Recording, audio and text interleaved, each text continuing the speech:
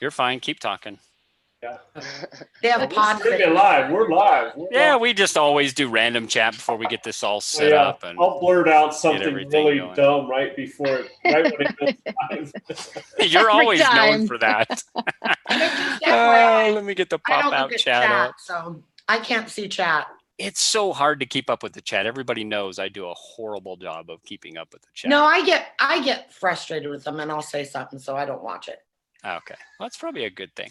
Hey, everybody, Sean Dotson here with The Flip Side. I want to welcome you all to another panel discussion. And tonight, we're going to be talking about imagination and knowledge are both needed to solve Forrest Fenn's poem. So I want to welcome you all to the non-PC beer drinking, thrill of the chase talking show. And as always, I have my beverage of choice. And tonight, it is called Moral Panic. Dun, dun, dun, from Ska Brewery, and this is an IPA, so I'm going to pop a top. Hopefully, you have your beverage of choice. And while I pour this, I'm going to introduce my panel members tonight. My good friend, DeCall Thomas, as always, from Las Vegas. We've got Sasha Johnson tonight. She doesn't need much of an introduction, but you all know her. Y'all know Christy Fiorella. She's also joining us tonight. And tonight, new for the first time on The Flip Side, is Sherry, also known as the Sassy 1962. So say hi to everybody in the chat room, everyone. 1962. Howdy, y'all. Howdy, everybody. So I'm just going to really quick say hi. It looks like it was I Smoke Weed, by the way, was the front-running bastard in the chat room. But he showed up 24 hours earlier than he was supposed to. So, dude, lay off the weed. But I want to say hi to everybody in the chat room really quick before we get started in this tonight. Colorado, Betty Bodewine, Journeyman, Robert. I'm not going to pronounce your last name. Silver Fox, Ryan, good to see you. Mark Darlin, OSC Will, 23 Monarcha. Oh, where'd my chat go? There, just dropped it out of there. That is 23 Monarcha. That's DeCall Thomas, and then go way back. I lost it. Yes, it's true. Wig Reeves, Larry Fowler, James Casey, Dub Bear, J.A. Street, Anagram. Hey, Anagram, how are you? Dirk, Gay Delkin, Eugene, good to see you. Samuel Smith, Dr. Coffee made it in here. Oh, that's a famous name. Some of you that aren't Harrys won't know that, but Lori Barnes, Jason Dent. Jason, how are you? Ryan Ward, Lou and Ronnie Fan, 500, good to see you. Just Take, 23 Monarcha, Alan K, Craig Carter, and I could go on and on. There is several people in here tonight. Excited to have you all in. So cheers to all of you in the chat room tonight.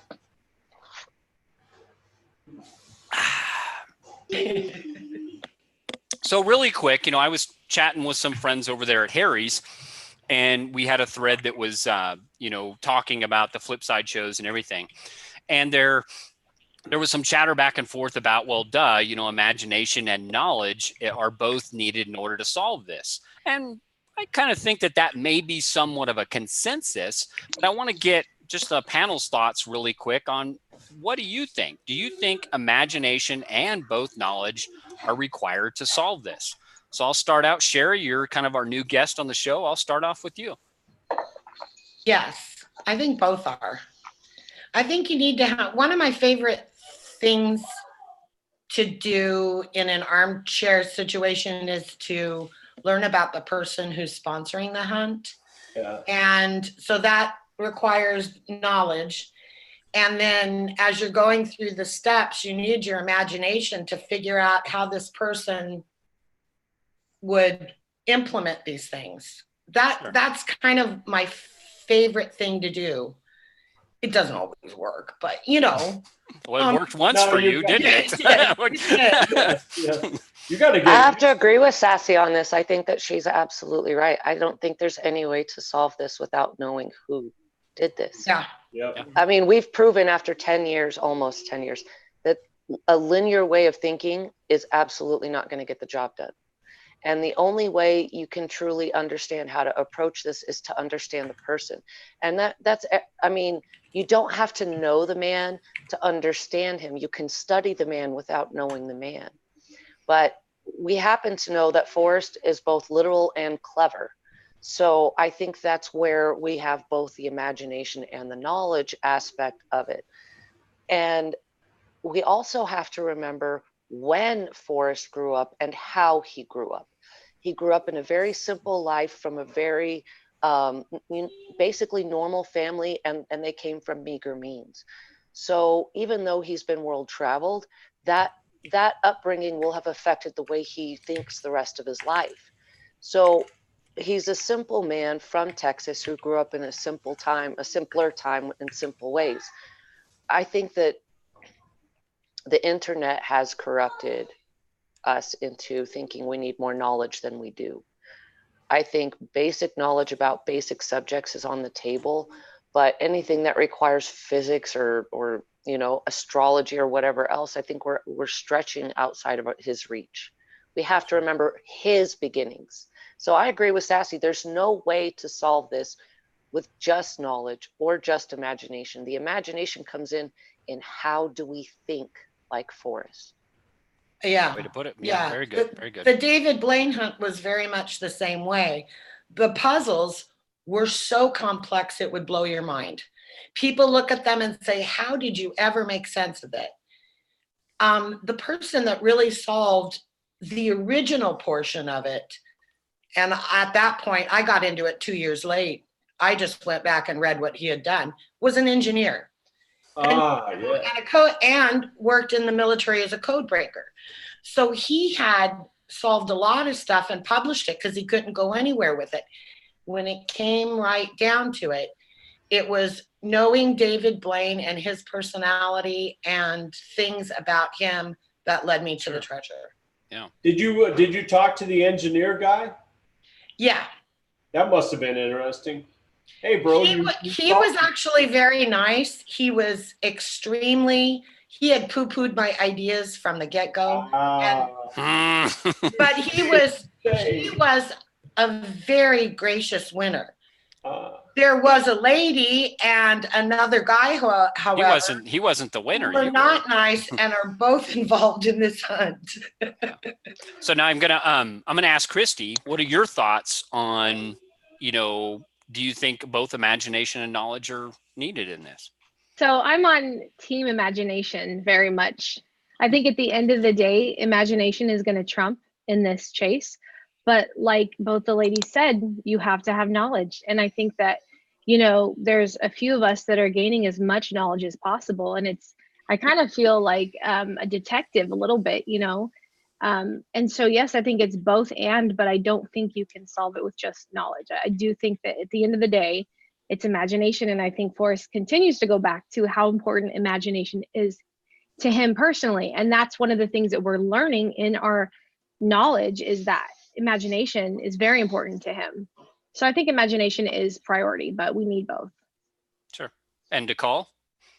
Yeah, I heard a whole bunch of Einstein quotes today. I know we're going to cover that, but man, it's basically like knowledge had was a very small part of it. Imagination is the overall winner, and I think that's Forrest Fenn's point. Is you can see a small narrow amount from A to B with knowledge, but in order to expand your mind, you have to imagine it first. Before they can come up with any scientific fact, it has to be visualized and imagined, and then it becomes fact. So I think it's the main point. It's kind of like the chicken before the egg. Which came first, the knowledge or the imagination? To make something.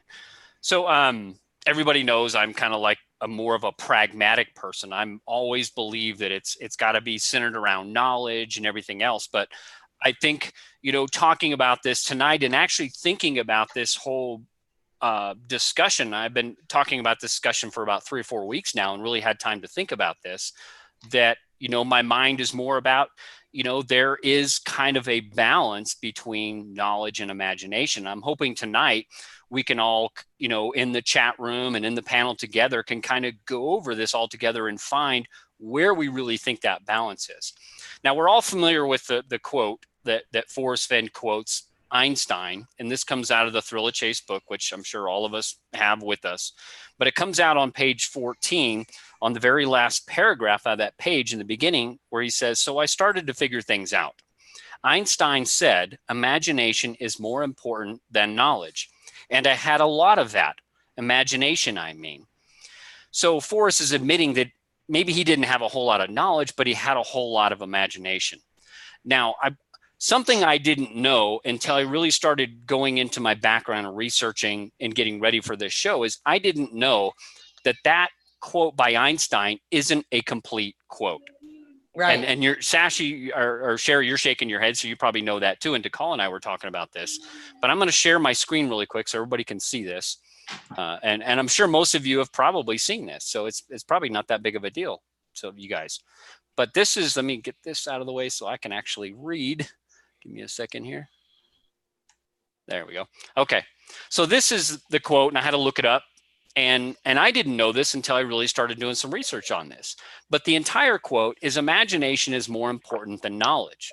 For knowledge is limited to limited to all we now know and understand, while imagination embraces the entire world and all there ever will be to know and understand. And what is your guys' take on that quote? And I'll start with, let's go with Christy. I think goes back to where does warm waters halt? I mean, there's tons of places where warm waters halt, but you have to look at the big picture. And I think that this whole chase is about the big picture to him. So that, to me, it just pairs perfectly with that it's about imagination. And, we're supposed to learn something, I think, actually. and Forrest says, in a quote here, there's so much information out there that one can become knowledgeable in just a few minutes. I think that, he understands that we need to be knowledgeable, but at the end of the day, it's the big picture. And I think he wants us to go out there and experience, all of God's creation and all that it beckons in us, all that it brings forth in our mind, and bring forth that imagination in us. I think that's what this chase is about. Yeah. Sasha? Einstein had both. We know he was a genius. The man had more knowledge than most humans in his time or ours. But he also had imagination. But was he creating knowledge based out of his imagination? Isn't that what all knowledge comes from? Yeah, exactly. So, I mean, yes, but again, imagination is not knowledge because it's not known yet. Correct. So it's what you can imagine. So it may become knowledge at some point in the future, but until that point, it's imagination. But I think, again, I think we might be going a little overcomplicating on things here. I think it's pretty clear we need both. He's really curious right now. He's playing over here watching me. And so, no. You're off. He turned it around. He knows how to use technology better than I do. We can get a lesson from him. Hey, buddy. Hey. So here's a perfect example, though. If we're talking about, okay, buddy, no. If we're talking about a child's imagination, what are they going to imagine? They're going to imagine growing up and being a firefighter or an air pilot or something else. If we're talking about an adult's imagination, well, I've seen the types of things that my dad imagines. And my dad is the type of person who possesses the type of intelligence that Albert Einstein does. My dad's a microelectromechanical engineer, and he has actually designed things that they have sent to Mars on the rovers, components of the rovers themselves. Yeah. So, and my dad holds a dozen patents that are all deemed national security secrets, of course. So I had the rare opportunity to see this in play. And let me say what I mean by overcomplicating. My dad once discussed an idea he had where they take computer chips and they make them so microscopic that they can take a plant cell, a cell from a plant, and cover it in these chips like a globe, and then send that into space because the plant can live in space and turn that into a living computer. My dad is one of the reasons why they now have something called plug and play satellites. Satellites are now designed and built so that you can plug in the pieces like Legos and take them out when they break and replace them.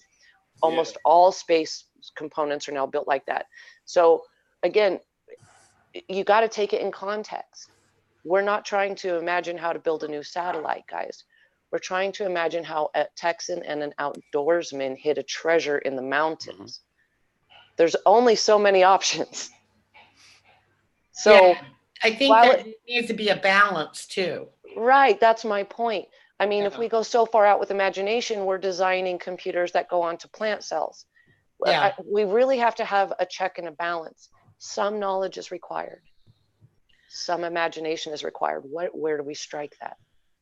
And also, I think in relationship to the chase, your knowledge, what you know, is your box, right? Mm-hmm.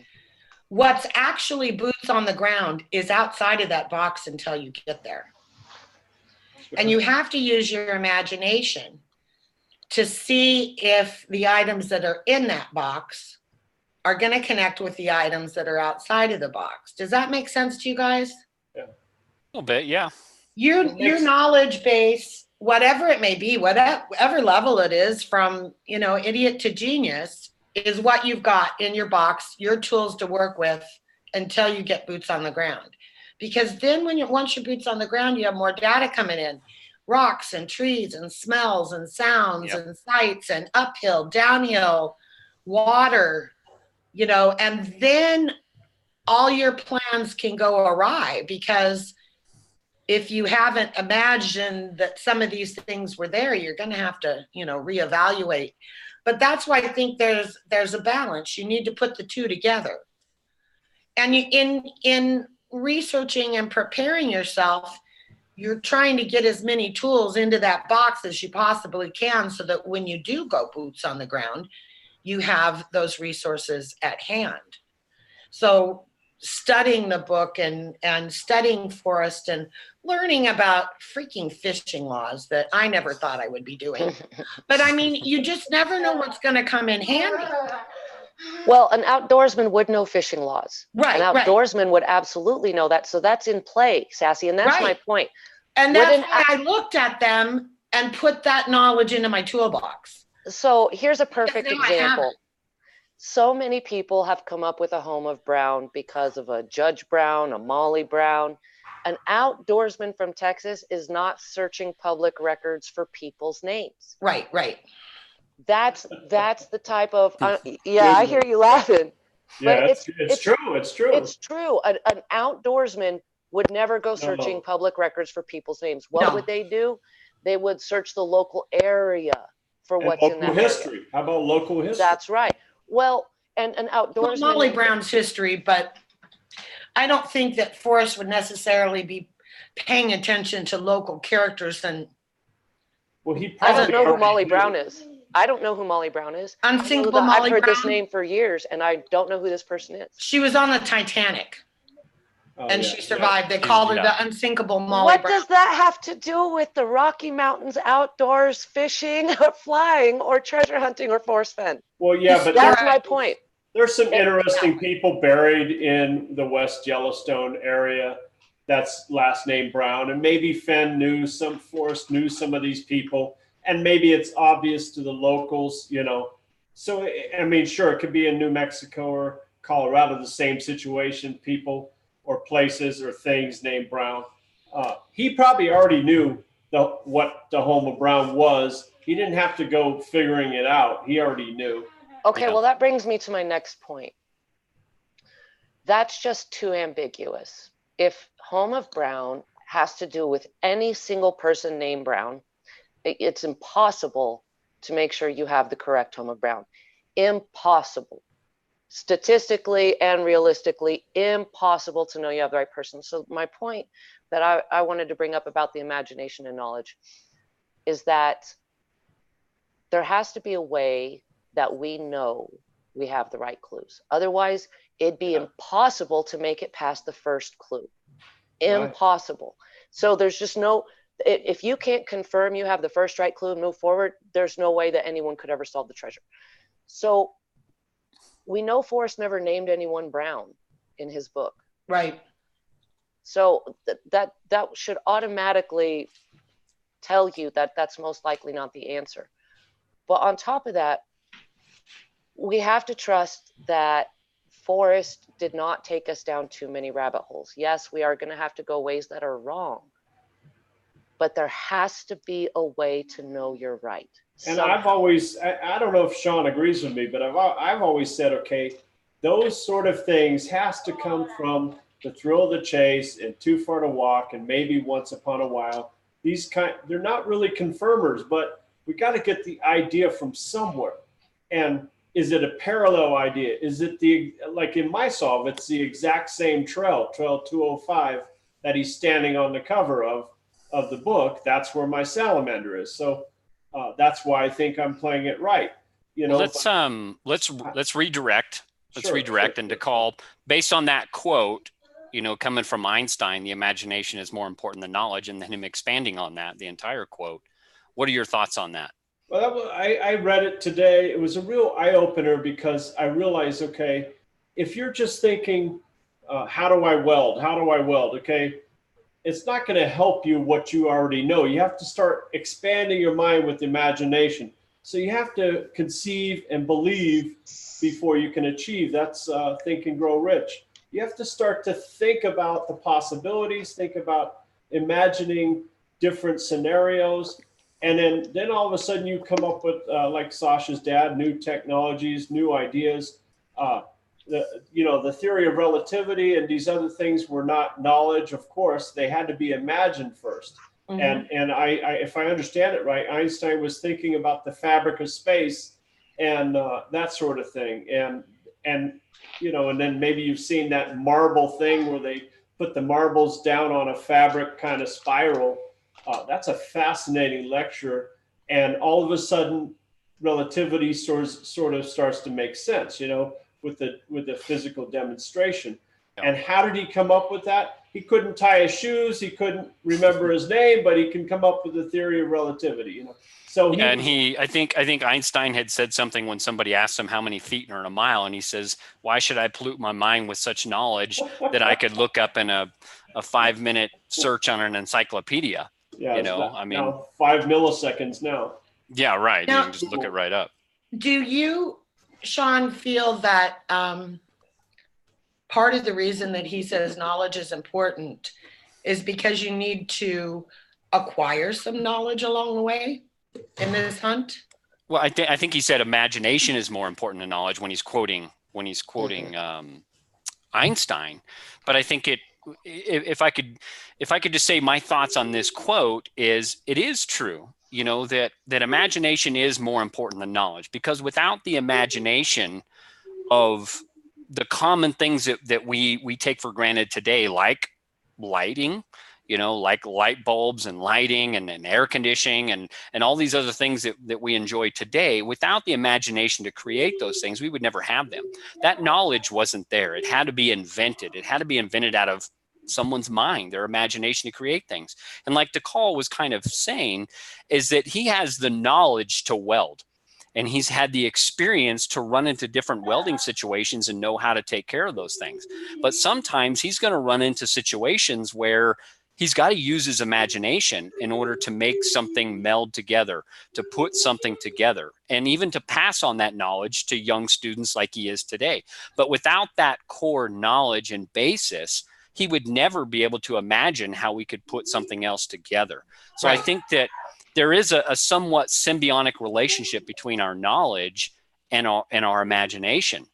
And I think that that's kind of what, in my opinion, what Einstein was kind of hinting at, in that whole imagination is more important than knowledge, because we cannot just knowledge yourself. We could pass it on. Anybody can go to a good college if they've got the money or want to take on the student loans and get an education and earn a degree, whether it be associates, a bachelor's, or even a master's, and get a PhD or whatever. We can all do that. We all have the capability. Whether we have the drive or the tenacity to be able to earn that degree is completely different. But that's knowledge. It's just being passed on. What do you do with that knowledge now is what differentiates in you and being an Einstein or being just another person with a PhD, I guess. Does that make sense? Yeah. I want to know, I really want to know, what the hell is Forrest really asking us to do? What is he asking us to imagine? How do we apply this rule of imagination? He says it's more important than knowledge. So what is it? I mean, how do we be imagine?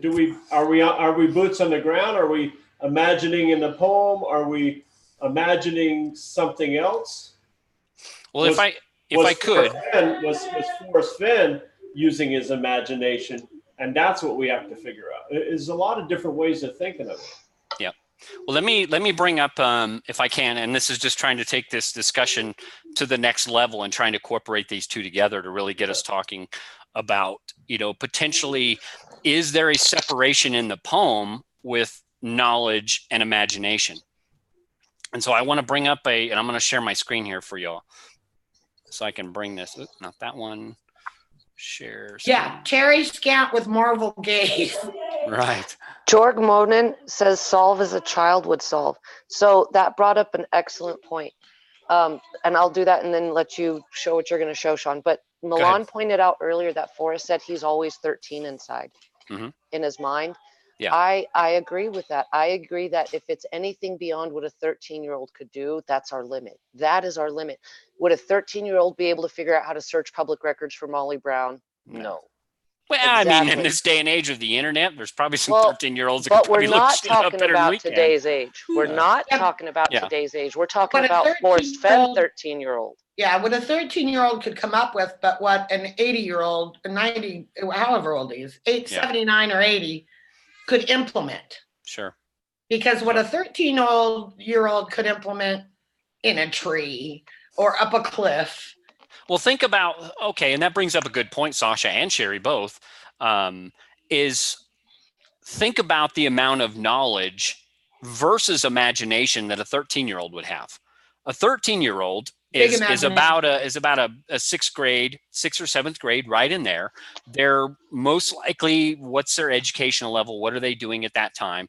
And how much is their imagination? They've got 80% imagination and 10 or 20% knowledge, right? I mean, they're so more focused on imagination than they really are knowledge. I mean, they haven't really gotten, their mind hasn't been polluted with society's standards of what we're supposed to know, what we're supposed to be. We're supposed to have a career. We're supposed to have this, they're still out there excited about being a kid, right?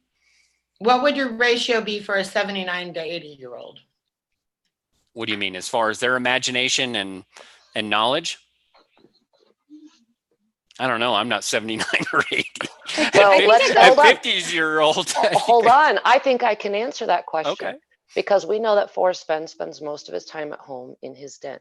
And he even admits to doing it alone a lot. And he spends at least the first hour every morning sitting and thinking. And I can tell you he spends most evenings that way as well. So if that man spends almost half of his waking time sitting and thinking, how much imagining do you think he does? Oh, yeah, a lot. I don't think he's sitting there thinking about memories. I think he's imagining all the things he's not doing. But I mean, we can't prove what he's thinking. But I think that's what Forrest was talking about when he tells us that now he wakes up and spends every morning just thinking. He's imagining the possibilities for the day. Yeah. Yeah. I tell you, I'm almost 60, and I can say from life experience that at this point in my life, I employ my imagination more than I did when I was younger. Of course, I did go to college and, higher education, and was very much a student and traveled. But the dreams back then were the same as I have now. And now I use my imagination to figure out how I'm going to put the crown molding up in here. And seriously. I agree. I'm laughing because you're right. But I regularly, I have Formica countertops that I hate, but I figured out how to get them completely turned into marble for $25. So, wow. I mean, things like that. I am now using my imagination on a daily basis where I didn't when I was younger. When I was younger, my dreams were more of an escape and not an aspiration or not a practical, something to be used practically. Whereas now my imagination is. And as I've gotten older, especially in the last 10 years, I would say even more so. So while I think that the imagination ratio may still be smaller, I think I employ my imagination more and actually use it as a tool now, where I didn't when I was younger. Yeah. What do you think, Christy? If I could say something, so I think that such a vital part of this conversation is understanding personality types and people. And I've said this repeatedly, but I'm a creative. I'm a musician. My father's an artist. And I consider Forrest to be a creative. So creative people, we receive our life and like our inspiration from using our imagination. And it goes hand in hand with creating. So Forrest has this quote, and he has so many great quotes about imagination, but he says, from Scrapbook 105, he says, I really like sculpting because it gets me out where the air blows fresh and my imagination can roam free. That's when I'm most creative and easy to please. Eat your heart out, Andy Warhol. So it's important. It's important for, you know, I don't know how you know, the types of people you are, but if you're an analytical person, it's hard for you to understand getting, you know, life and inspiration and being okay and not being depressed. All those things come from imagination. And like all day long, I'm imagining, and it's not whether I'm 12 or 80 years old. It's something that doesn't stop if you're a creative person. So I think it's such a vital conversation in this. Is Forrest is a creative person and he receives life from imagination, and we have to understand and filter everything through that. So knowledge is always secondary to the way that he receives life, basically, you know? Yeah, but I 100% agree with you. But because I'm a painter, that's what I did art most of my life. I'm a creative person, but I didn't tap into my imagination to work my life out and solve genuine problems that I was dealing with. As much today, I do it way more than I did it when I was younger. Mm-hmm. I didn't have the understanding of it. I didn't know how to put it all together. Whereas Forrest is in the point in his life that he's put it all together. Right. Yeah. And I think there's a lot more to think about. And I mean, the treasure's out there. He's done that. What is he going to do? Oh, put the bottles out there. Okay, put the bottles out there. Now what is there to do? I mean, sit back and watch all of us. Like every time he pulls over a log and puts out a new scrapbook, and we scramble all over the place. He has no intention of putting the other bronze jars out there. I mean, they are sitting on his desk. They're going to stay on his desk. Let me talk about this one. This was from the 6 questions of mysterious writings from 2018. And I'll read this, but you guys can obviously see it here. He said, this was the 6th question. And Jenny writes, I was thinking the other day about how exciting it would be for someone in the future to find your buried bronze jars.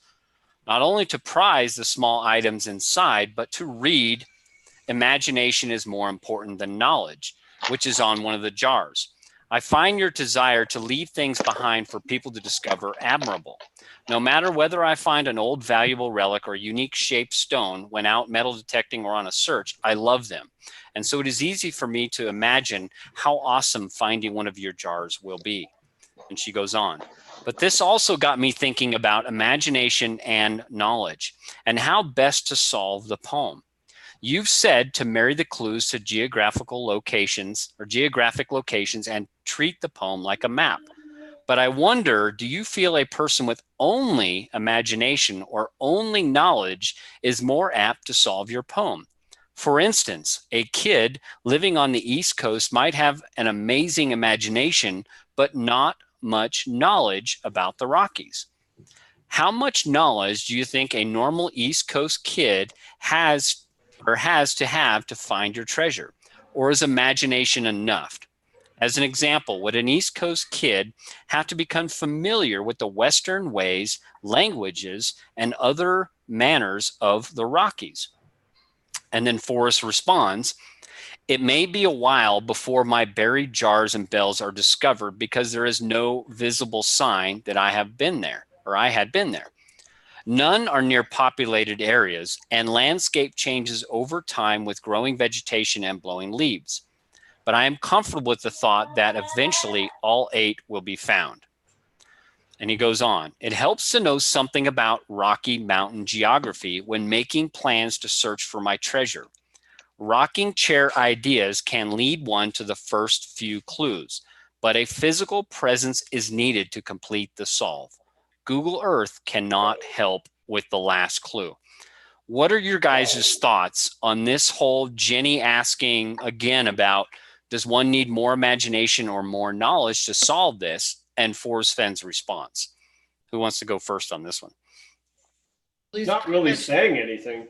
He kind of just said what I said earlier, that, you know, for the first few clues, you need your box, but when you actually get boots on the ground, then you've got to acquire more knowledge.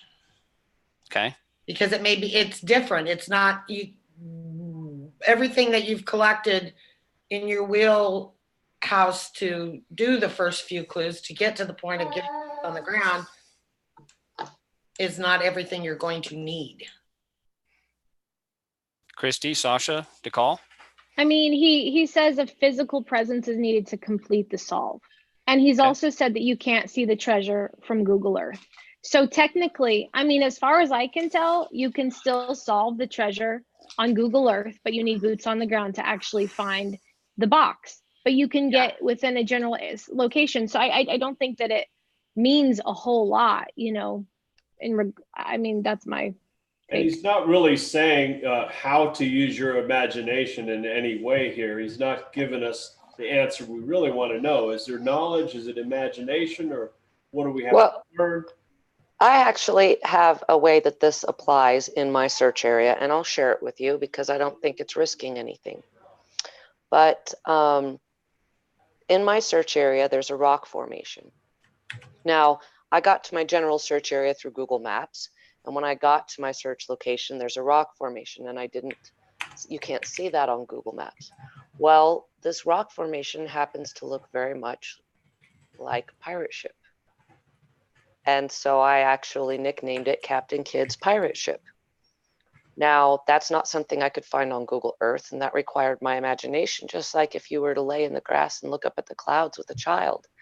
They would not say they see clouds. They would tell you the shapes they see in the clouds. And that requires a physical presence on site. So I think that's just an example. I'm not saying that it's right. I'm just saying that's an example of how, A, you would have to be on site to see something like that. And B, you would need an imagination to make that connection. And, you know, Forrest, one of the last things he says in the chapter Golden Moor is that he had a dream that he was Captain Kidd. And so I have a pirate ship. That's what I call it. I call it Captain Kidd's Pirate Ship. That's my imagination. It's certainly not Captain Kidd's ship. Right. Perfectly. That makes perfect sense, though. Right. And you know what's so great about that is how many of the words in the poem have definitions to do with the ship. Mm-hmm. Exactly. Like boating term, like 5 of the words have a definition that's also a boating term. Right. And put in happens to be one of them. So, I mean, you know, again, does that get me closer to the treasure? I don't know. But it definitely establishes a landmark. It's unique. There's nothing else like it. And if anyone else looked at it, they would see the same thing. Jason has seen it and, you know, knows why it's nicknamed Captain Kidd's Pirate Ship, because it's very much looks like a pirate ship. What are your thoughts, Dee? Take it in sailing term, Sasha. Mm-hmm. Take it in the canyon, take it in as a... That's what she said? What? That's what she said. Oh my. Take it in the canyon. That's supposed to be a guy thing. Why are you guys saying that? I'm pretty sure that's what Forrest meant by that anyway. Take it in is a sailing term. You got to stop saying that, Sassy. From Taylor's mouth, evidently. I'm just trying to give you something. DeCall, what's your whole thoughts on that That's Q&A? what she said. 2018, before we just get down some crazy rabbit hole here. Tom Sawyer was asking me what the hell's wrong with that quote, but I mean, I don't see any instructions of how to use imagination. I'm not seeing any, or knowledge for that matter. He's just saying you got to find it. The last clue, one boots on the ground. Okay, and then Sassy, she's saying that. All right, are we going to use our imagination on the ground? Maybe that's it. Maybe I'm not using my imagination on the ground, but all my imagination takes place way in the beginning. I just simply follow the clues. I find an 800-yard salamander. I feel like it matches the poem. It's in the right location. It matches the jar theme and the bell theme of butterflies and different metamorphosis creatures. My salamander has a floating hat. So I'm using plenty of imagination. I mostly get criticized for not just following the poem, but people don't understand how basically and simply I follow the poem. I have every single step very clear and very precise in the simplest terms. Let me tell you, I did that exact same thing. I've got this and it matches this and this and this and this and this. When Kelly, the girl that's going for me, because I can't go at that high out of an altitude, she gets Christy, oh, sorry. And we think that this trail of cairns is a blaze trail, a bunch of rocks every 50 feet. Okay, that's the blaze. Follow that trail. Sure. Follow the trail, and it ends on the top of a rock with a perfectly shaped like a flame, big orange stain in the rock. Okay, that's the flame, right? Sure. So look quickly down. So she's going 360 with the video, looking down. And when she gets over to this way, it's towards sunset, and Angel Fire Mountain is lit up and it looks like the whole top of the mountain's on fire. Yeah, that's the blaze. That makes Which one of those blazes is a blaze? I don't know. But that's maybe where our imagination takes place. And right. For me, when I read that answer from Forrest, because Jenny is pretty much asking him, where, do we need more knowledge or do we need more imagination? And I read that, and this is just how my mind works, guys. Again, my interpretation is not confirmation of anybody's intent. It's just my interpretation. But I look at that, and he says, rocking chair ideas can lead one to the first few clues, but a physical presence is needed to complete the solve. So is that the separation between knowledge and imagination? Do we need to have the knowledge to understand and interpret the first few clues that gets us in the correct general area that the treasure chest rests in? And then once we are there and boots on the ground, the physical presence in order to complete the solve, is that where our imagination comes into play? Now we're boots on the ground. We're in the correct general area. Now, if we've been wise and found the blaze, well, we're all running around going, what the hell is the blaze? We don't know what the blaze is. But if we're in the right area, it should be that one thing that stands out, right? Is that where our imagination comes into play? Sean, I think that was the perfect way to put it. Yeah. Because you're not going to get there and find a sign that says blaze this way. Right. Like it's not I wish it was that damn easy. Damn it, Forrest. Right. So the only way you're going to know is your imagination says, could this be the blaze? Yes. And then if you're right, it will say, oh my gosh, it is. But here's why. Yeah. There has to be a here's why. Yeah. And see, I didn't have a here's why on those. Again, if we don't have the correct starting point nailed down, if we don't have the first clue nailed down, if we don't know where we're going, any path is going to lead us there. So if we don't understand the poem and following it precisely enough, at least to get us in the right area, is that the knowledge portion of this? Is that where theoretically knowledge is more important, at least to get us there? And I think one of the quotes that I love that came from Einstein was, logic will get you from A to B. Imagination will take you everywhere. We've got to be able to get to the correct starting point. Is that where the knowledge resides within in the poem to get us to that correct area. And then when we're boots on the ground, you know, rocking chair ideas can lead us to the first few clues. But again, once we're physically there in the right area, and I know I'm repeating myself, guys, is that where our imagination comes into play? Like Sasha is saying, it's got to be the blaze. We don't know what it is until Forrest we're there. actually tells us it is in his way. Yeah. Forrest has told us that more than several people have figured out the first two clues, Sure. more than Yeah. several. He So has. those things are most likely from knowledge. Yes. And again, the reason we most likely have this disconnect after the second clue is because they get on site and don't use their imaginations. Right. They try to use knowledge again. So clearly the first two clues can be found on a map. And this is why the little girl from India wouldn't be able to find his treasure. You have to be there. You have to see something, and your imagination is going to realize that that thing is the other thing. Unless it's exactly flipped and the first two clues are answered by using imagination, you know, and then we get there and it's actually pretty cut and dry once your boots on the ground. And I don't think that we know. Well, then why wouldn't those people have gotten past the third clue? If it was cut and dry, then they would have finished the job. So that's why I have to believe it's opposite. If more than several, that means the first two clues are pretty much easy. Yeah. That means if you have a warm waters halt that no one's ever thought of, you're actually probably wrong. But if Because how many people has he said is correctly solved the first two clues? We know that a lot of more than several, which is he said more than several. We know that's more than three. He said he can't count. He actually said so many he can't count. He actually said that. So that means a lot. Yeah. A lot have figured out the first two clues.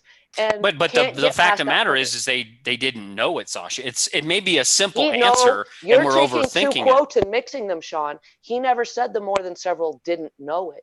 They may have known it. You're right. I am mixing two different quotes, but I think it's obvious to know that they didn't know it. But they went right past it because they didn't have enough imagination to mix with their knowledge to see where to go next. Yeah, possibly. And then that's where I'm opening up. That's where I think the whole debate comes from, is where is that separation? If there is a separation, this is all conjecture. We don't know for a fact. We're just having a discussion amongst 5 different searchers here and a chat room of 100 plus people in there. But where is that separation? Is there a separation? Is there? I hope there isn't. Knowledge is important. Then now get rid of knowledge. You've got to be on the ground, and now use your. I hope there isn't, because like mixing paints, if you've got red and blue, you've only got 2 colors. Yeah. If you mix them, you have. You got brown. Yeah. You can get 3. Green and yellow, blue and yellow, whatever. If you just have 2 colors, if you mix them together, you have even more. Yeah. So I would like to be able to mix together knowledge and imagination as much as possible, to have more combinations of tools to help me get to the right spot. But is imagination, Sherry, is imagination going to help you nail down the correct starting point? Or do you think that takes the knowledge that may be hidden cryptically or otherwise within the poem?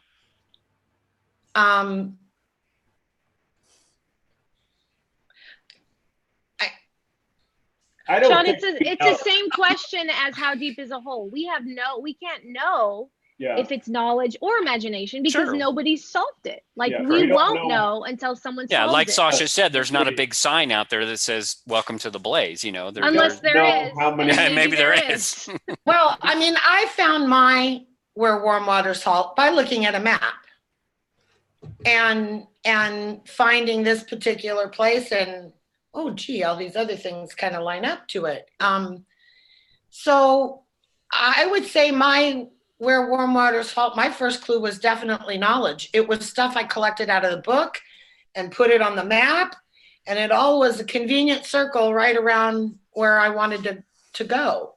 So that rocking chair quote probably clarifies it, that the first few clues are probably not so intense about imagination. That's something that people could figure out on their own. On a map. And I think using the map is But we don't know how many clues do we really have to use our imagination on? Is it 6 out of 9? We don't know. We don't know how many. Well, I mean, if he's telling us the first few clues, or the rocking chair ideas can lead us to the first few clues, okay, and then he's saying the last clue you can't see on Google Earth, so that's taking out 4 clues.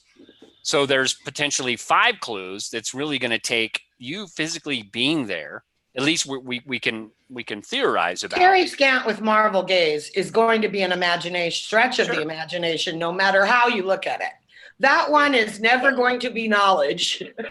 Yeah, because it is it's no different than like not far but too far to walk. I mean, that's a metaphor. There's no, I mean, again, what's too far to walk for each of us in the room may be completely different. Yeah, mine's a block, so we don't know. I mean, I think Warm Waters Halt is an imagination clue, actually, because you got to look at the big picture. Yeah. And we don't know how many people have ended up, at the right place without actually solving the clue. You guys can't tell me that more than several people figured out the first 2 clues and none of them knew that they were figured out the first 2 clues. That seems kind of counterintuitive. I don't even know how you could get to clue 2 without knowing you got clue 1. People were in the place, but it was, I don't know exactly. No, he talked about one person. Yeah. And that was in 2012. People are mixing those 2 quotes together. Yeah. The more than several was just a couple of years ago. And it didn't say anything about them not knowing that. He said more than several wrote him that they had solved the first 2 clues. So they knew they did. So you see, this is the problem. We have too much information in our heads and now we're mixing things up and it's starting to bias our thinking. Yep. Forrest never said that the people who figured out the first 2 clues didn't know it. He said that about one guy in 2012. I'm specifically talking about people being within 200 feet of the treasure, but they haven't actually solved the clues. That's just one guy. It's coincidence. Look at me and Dale. Me and Dale believe that Warm Waters Halt is Madison Junction, and there's plenty of other that would qualify because many people believe that's a valid Warm Waters Halt. But are any of us sure? No, we have no idea if that's correct. So we're still blind. We're living on faith here. And Dale sometimes seems like he's on the verge of changing away from Madison Junction. I don't know. Maybe not. Where I'm looking, hundreds of people have looked. Sure. But the reason why I'm still looking is because of what happened to me with the David Blaine hunt. I went to the location. I was standing there. Some people had beat me there because I posted myself. And they had torn the place apart. So it was supposed to be a solitary stone, and now there's 100 stones piled in a flower bed. What am I supposed to do? Yeah. What was the correct answer then? How'd you? Well, there was an additional clue that he had given on TV. That is, if my tattoo is fearless, climb 70 steps or whatever it was and find the root, and root is spelled ROUTE. Wow. Well, you climb the 70 steps, and that's where everybody tore the wall down at the top of the 70 steps. But what was in the flower bed was a tree that was shaped like the big W. It was like this, right? And in the root system was where it was hidden. But I left thinking that somebody had beat me there, and there was all these rocks. I can't find my solitary stone amidst 200 rocks. So I left, and on the way home, a truck passed me. And on the back of the truck, it said tattoo. And I remembered the tattoo, if my tattoo is fearless. And I started saying root, ROUTE. Why did he have to spell that? Yeah. Because root, because root, ROOT, the roots in the tree. I got to turn around and go back. And I live like an hour and a half away. So that was, So I realized it's in the tree. It's in the root of the tree. But I was there for 4 hours. Wow. And didn't find it and completely left. So I have seen the same thing in our Jingle Bell Rock contest. The area has been combed over. It's torn all to hell. And somehow somebody pulls it out of a bush or something. And it's $10,000 rock. and it's annoying as hell. It makes you wonder if the radio station came the night before and threw it in where everybody's already searched. And maybe they have, but we don't know. I mean, if people can miss it every year in the Jingle Bell Rock, and in your case, they all missed it, you always got to have confidence in your ideas. Don't listen to the naysayers. Don't give up too easy, or too soon. And I personally feel that I'm missing the root. Yeah. That last part Yeah. of something that will give me the exact location. Sure. Now, that wasn't in the original puzzle. It was something that he added on later in one, like Forrest does. Yeah. But I think that where I am in this puzzle, I am missing that last part. And I think it's going to take both imagination and knowledge to try and narrow my scope even further. I don't think it's going to be one or the other. I think it's going to be a good, healthy dose of both. If it happens at all. It could just, the light bulb could just never go off. Yeah.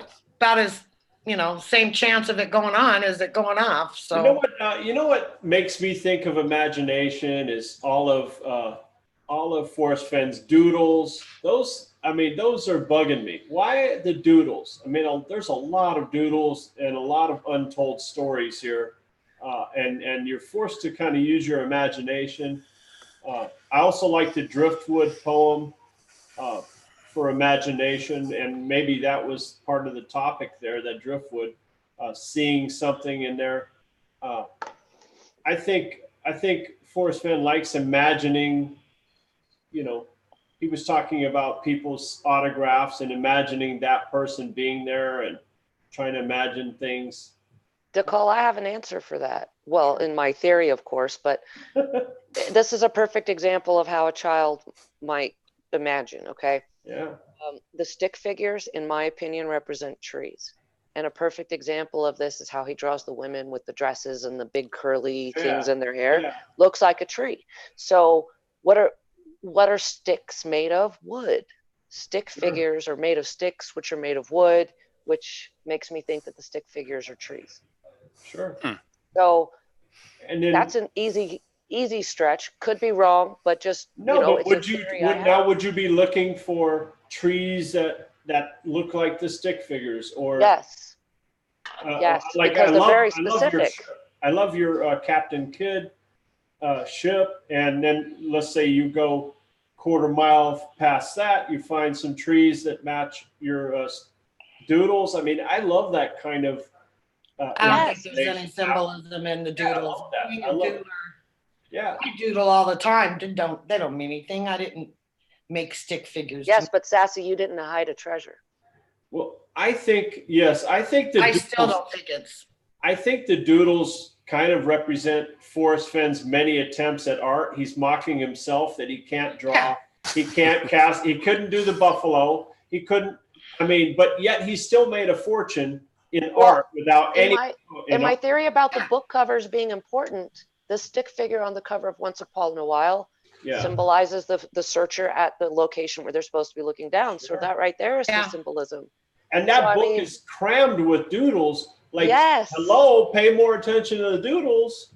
Forrest wasn't bored and didn't just draw on a bunch of pages. Yeah, Andy Warhol wasn't that good of an artist, technically speaking. Neither was Van Gogh. Well, I beg to differ on Van Gogh, but Andy Warhol is. But art is completely subjective. It's all based on the viewer and if they enjoy it. Sure, you could pay a whole bunch of money for it just for the name, but on modern art and how anybody can make a buck off of it. And I kind of think that that's what the stick figures are. Well, I couldn't get anybody to illustrate it, so I'll just draw my little things because they like everything I do. Wait. What on earth makes you think Forrest couldn't get anyone to illustrate the book? The man clearly has enough money and enough connections.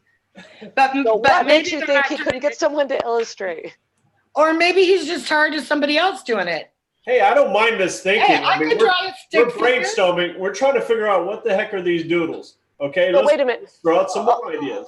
Well, okay, Wait, I Sasha. gotta say this How do we get all the way into doodles here? Because that's his because imagination. Sean, yeah, it's imagination. There's Ask us on some, your in panel. my search area, there's location names that mean stick man, running stick man. Yeah. Okay. Interesting. Okay. I won't tell you what, but I was pretty surprised when I found it. So Right. I think it's very possible it has a different meaning. Well, There I are a just lot of, yeah, sorry. Go ahead. again, just going back to the whole imagination versus knowledge. I mean, I'm a firm believer that these first few clues that get us to the right spot. Again, I'm a 9 sentences, 9 clues guy. So those first few clues would be stanzas 2 and 3, get us to the correct geographical area. That being, like he said, a general solve. To coin a new phrase, you can't have a correct solve unless you can knowingly go within several steps of the treasure. Otherwise, you have a general solve. So I think that knowledge gets us to the correct starting point and possibly to the end of his rainbow. But from there, in order to find the treasure, I think our imagination plays a little bit more into. If you've been wise and found the blaze, look quickly down, your quest to cease. But again, like Sherry says, but tarry scant with marvel gaze. Your quest, can't even quote the poem all of a sudden. You can't even say that line straight and keep a straight face. Right, you can't. You can't, because everybody knows it puts a kink in their tail. And you can't say it without kind of getting a little bit of a giggle. Because it's a definite WTF. What the fuck? And that won't get you demonetized. You know On that note, guys, I don't have so monetization. Sorry. I got to jump off here. It's time for me to start getting Archer ready for bed, and I only No have an problem, hour. dear. But I want to thank you guys for having me on. It was great to see everyone in the chat room, and I'll still be in Cheers. chat. I just got to go put my And your video was terrific, Sasha. Yes. Your recent As always. that was very thoughtful. If anybody hasn't seen it, go check out Sasha's channel, because that last one was really good. Yeah, really good, really good. Thanks, guys. I appreciate that. Especially It was like good to be here with you all. Yeah. Good Bye, night, Sasha. everybody. Bye, Sasha. So yeah, I mean, where in there are there 4 clues that are really more imaginative, that we're supposed to be boots on the ground. Now we're supposed to interpret these clues because we're physically in the correct spot. The blaze, in the wood, your effort will be worth the cold. All those things, are they more the imaginative things that we've got to be boots on the ground and go, okay, what the hell is Forrest Fenn thinking here?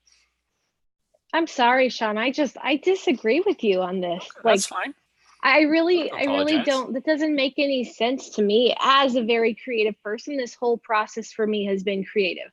My warm waters halt is a state. It's not a place where warm waters halt. It's an answer to a riddle, and it makes perfect sense. Too. It's brilliant. It's freaking brilliant. So when you take it down in the canyon down, it's just, now you're looking at the definition of down in a specific state. So like state as in like a geographical state, or like as in a state one of the like treasure of states. Okay. Warm waters halt Okay. is one of the treasure states. Okay. So of course we all have biases. We all have failed solves. So I'm only going by my own experience and what I know, Sure. but all of my solves have tons of imagination, and I don't have the treasure. So I could be very wrong, but I can't imagine. I mean, there's been so many people looking. I can't imagine just finding, using our knowledge and then getting to the place and using imagination.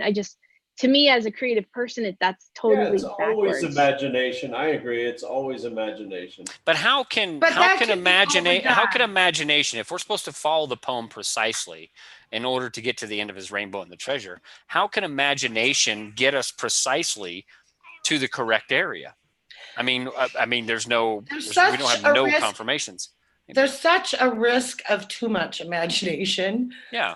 I can think of some people that have called into other shows and, said how, the alien landed and beamed his beam of light over to a mountain. And that's not imagination, that's psychosis. They're different things. There are plenty of people that will drive you nuts out there. They have a lot of great imagination. And I don't think you can lead with imagination. I really don't. I don't know if if you're suggesting leading with imagination so much as, okay, following the clues and see what you got. Okay. So I follow the clues, and bam, I'm staring at a giant salamander with a floating hat. Okay. You got to use your imagination when you find something, just like Sasha found the Captain Kidd's boat. Okay. It looks like, okay, so what do we do with it? We start thinking about his quotes on Captain Kidd. And you found, Christy. To apply your knowledge, yeah, Christy to found the imagination. A Running Man, stick figure. There's plenty of, everybody's finding things. That's the problem. We're finding crap everywhere. Like, everyone's got these fantastic things they're finding, and they immediately assume that they have the puzzle solved, or the poem. Yeah. But it's just everyone finds fantastic things, just like Sasha did, and just the 5 people that 4 or 5 people or the 20 people in the room, we all have completely different areas by many miles, So all of us are basically wrong mathematically. I want to say, Christy, that I don't think I think your solve about the state being where warm waters halt is actually kind of logical. I don't think it's entirely creative. There's a lot of logic to that based on the clues that are given. Right. Can you guys hear me? Yeah. Because my my earbuds died. Yeah. I mean, I wish I could share it with you guys, because it's, whether or not it's right, it's freaking brilliant. And then when I found it after 3 years of looking, I was like, of course. But because, I'm not at the place ready to share it, but no, there's a lot of people that have brilliant alignments. That's what I warn people. Don't get too hung up on these brilliant alignments, because they exist everywhere.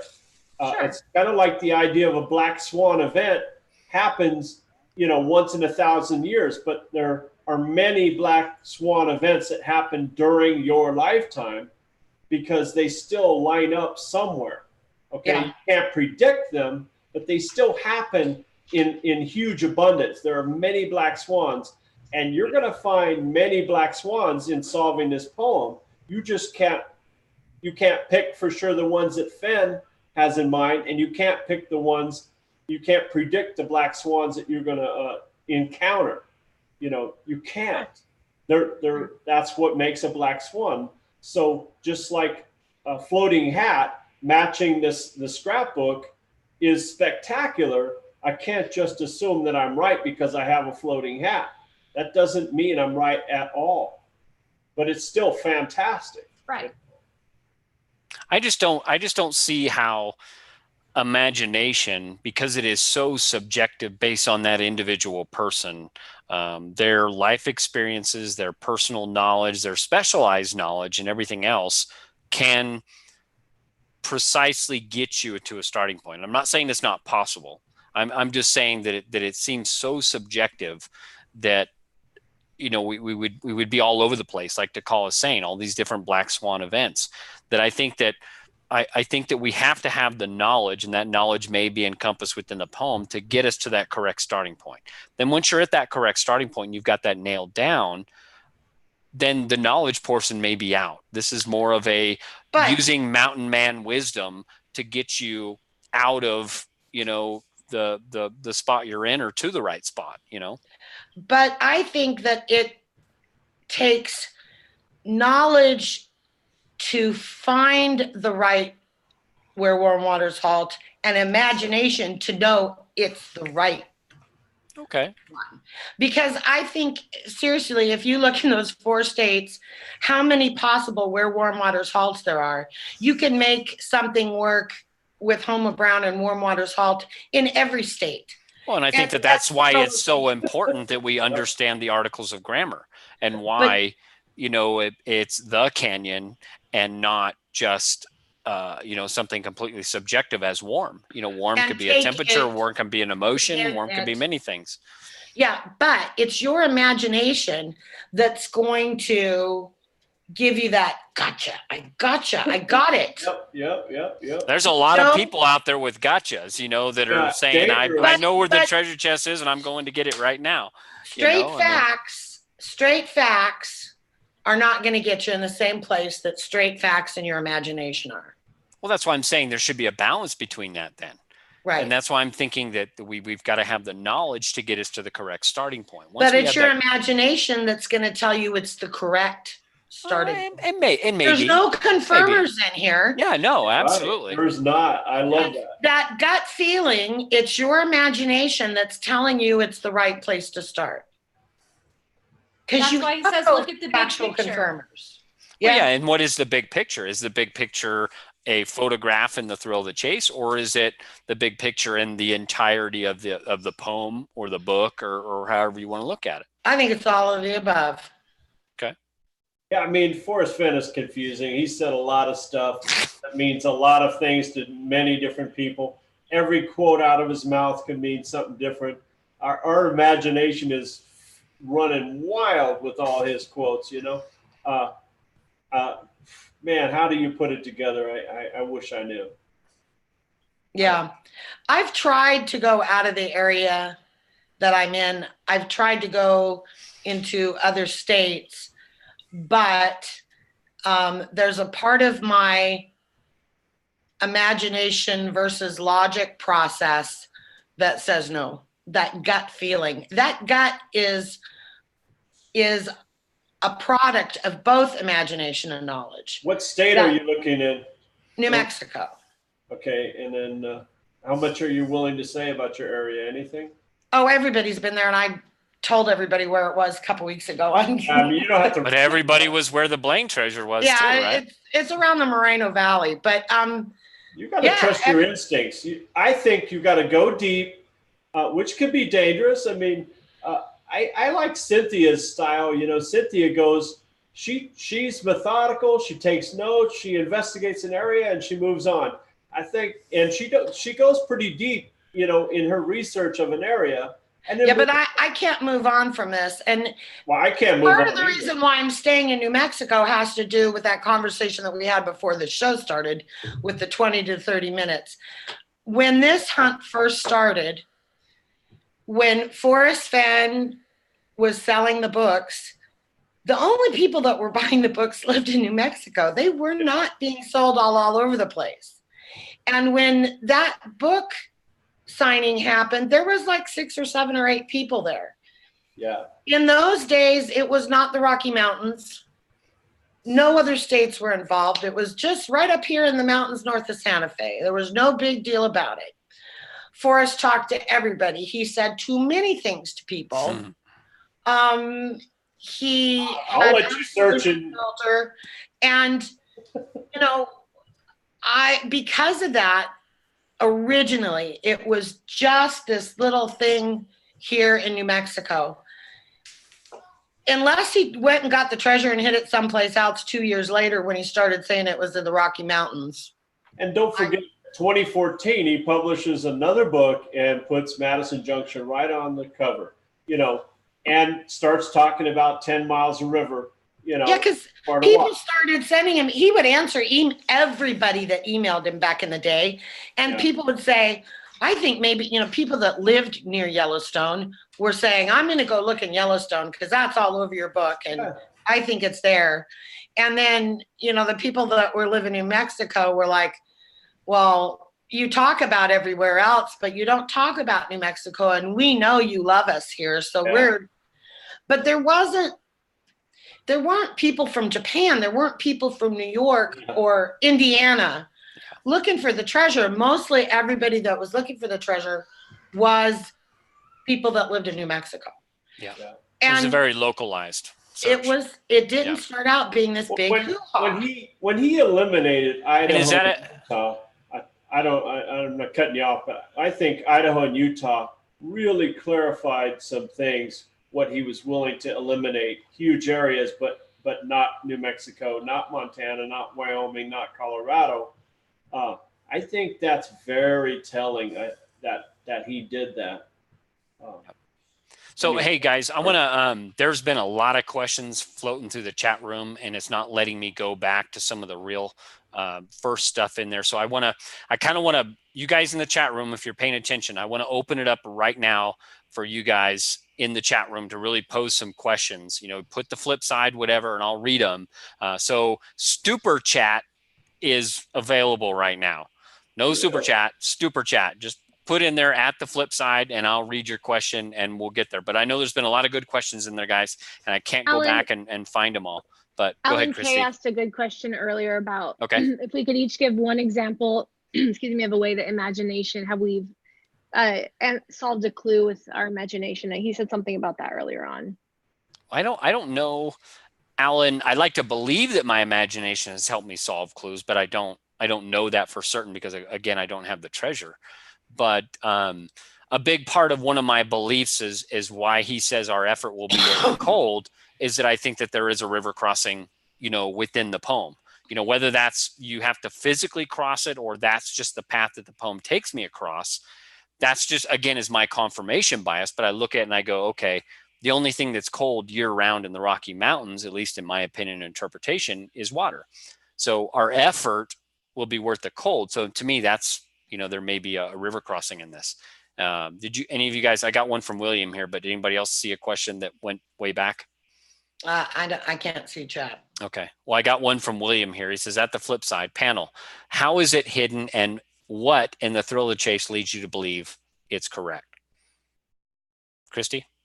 I think it's on the ground. Well, I think that I've said this before. I think it could be in some ancient ruins that nobody knows about, where people have been buried. It could be something creative like that. But I also think that it could very likely just be on the ground because of his waterfall experience in the war. And that, he tripped over a gravestone and it was one of his most significant spiritual experiences. So I think once you're in the right spot, you're looking quickly down because it's on the ground and it's a matter of 15 feet where it's somewhere. I mean, you never know. So that's my thought. Or hidden creatively, like in a rock or in a burial, something. Yeah. Sherry? I have a couple different things. One of the geographical features of the part of New Mexico I'm looking in is you'll often see these rock formations on the top of a ridge so that you can, there's a ledge and you can walk out on them a little bit. If you're walking along the top of the ridge, you can walk on them. And there's pools like yay big from the rain. Yeah. And some of them are really, really deep. Some of them are like 2 feet deep. Yep. And, when Forrest makes comments like, oh, I know the chest is wet like right now when it's raining in Santa Fe, it makes me think that, well, that would be a way that it would be wet, that it wouldn't necessarily be wet all the time or submerged behind a waterfall or anything like that. So that was but I kind of think it might be hidden in a sort of cairn type of situation. Sure. Well, like he said, you won't have to move any large rocks. Doesn't mean you won't have to move any small rocks. And the treasure chest weighs 42 pounds plus, best to wear gloves. I mean, things like that make me kind of shake my head and go, yeah, I can kind of see that. Like you're thinking, Sherry. Absolutely. Yeah. DeCall? I've said it a million times. I think it's concealed like just under the floor. I mean, that pot looks like the last Omega. It's a square pottery diagram with the dragonfly emblem related to Indians. Okay, all these are symbolisms, Fenn symbolisms. Okay, so I think that's how it's hidden. In a pot? No, just under the ground, under some sort of flagstone. I mean, he's got a woman bending over. This guy, Forrest Fenn, I'd love to have a long discussion about Forrest Fenn. But I enjoyed visiting with Forrest Fenn. I consider him, a decent friend of mine. He does respond to my emails, quite often. I enjoy the man. I find it humorous what Forrest Fenn, what I believe Forrest Fenn thinks about. We'd like to get a zoom in of Christie's map back there so we can really know where it's at. Have you can make out some of it, but what state are you in, Christy? I'll be honest, it's fake. It means nothing. It's just a prop. Sure. I would never give you my real location. Actually, I totally would, but no. What state are you in? Have you said it? Oh, I'm not telling you. Same as me, state You of know, confusion. don't tell anybody, because with your Don't worry, I don't care. result being that people would figure it out too quickly. So don't say. I mean, when you remove like an actual a geographical, physical warm water location in the Rocky Mountains, things change, because then you immediately just go to the canyon. So. Well, I've published myself completely every bloody idea I have, and nobody gives a damn. So my treasure's mine's hidden in plain sight, and hopefully it'll be found there. Y'all don't know that DeCall is actually Forrest Fenn. That's his pseudonym. And he's actually given us a correct solve, and nobody wants to go there. Salamander. Yeah, I have a contract with Forrest Fenn, and we've agreed to. No, you are Forrest Fenn. People just haven't figured that out yet. Well, I'll be honest, DeCall. Like, you're just using your grandpa as a stunt treasure hider. What, Christy? I feel like if it's a salamander, you should have found it by now. Well, it's huge. It's okay. The distance from tail end to the salamander, it's. If you've been wise and found the place, look quickly down. Not take 3 years to look over the salamander. If I looked down and saw a salamander, I'd just scream and run. Oh, geez. Especially an 800-yard salamander. Yeah. I mean, props to you. Game of Thrones, you've got nothing on DeCall Thomas's 800-foot salamander. Yeah, that's a lot of male ego that represents this. So, William, to answer your question, how I think it's hidden, very well, brother. But just to give a preview of next week's show, we're actually having a gentleman on by the name of Chesney, who has a YouTube channel called Adventures in Dirt, and he's a metal detector expert. And I've seen him. Yeah, he's got some great stuff. He does some really good shows where he actually talks about other metal detecting videos out there on YouTube, and does some really good stuff. But I'm not a metal detecting expert, and I'm beginning to think that the treasure chest, whether intentionally buried or hidden very well by Forrest Fenn or by Mother Nature over 10 years, that you may be in exactly the right spot and can't physically see it. So I really want to have a discussion with Chesney and maybe another panel member about metal detecting, if you think you're in the right spot and bringing a metal detector, and what does that entail? Because I'm not a metal detector expert. Yeah. But I want to bring somebody on that is and really kind of talk about that and how that works. So William, to answer your question, I think it's very well hidden, and it could be possibly intentionally buried, or Mother Nature has done a good job of concealing this, and that was Forrest Fenn's intent. I mean, when you metal detect, you find quarters down 6 inches, you find, half dollars 3 to 6 inches or deeper. And you're like, how in the world did this get so deep? And then you can calculate the number of years it's been in the ground, and it's only like 15 years or 10 years, based on the date. And so you're like, wow, that's a lot of dirt. And I wonder if the treasure chest isn't equally concealed. Maybe there's an inch or 2 inches or 3 inches or 6 inches of dirt on top of the chest that was never, because he had to cover it up with a lot of leaves and stuff from day one.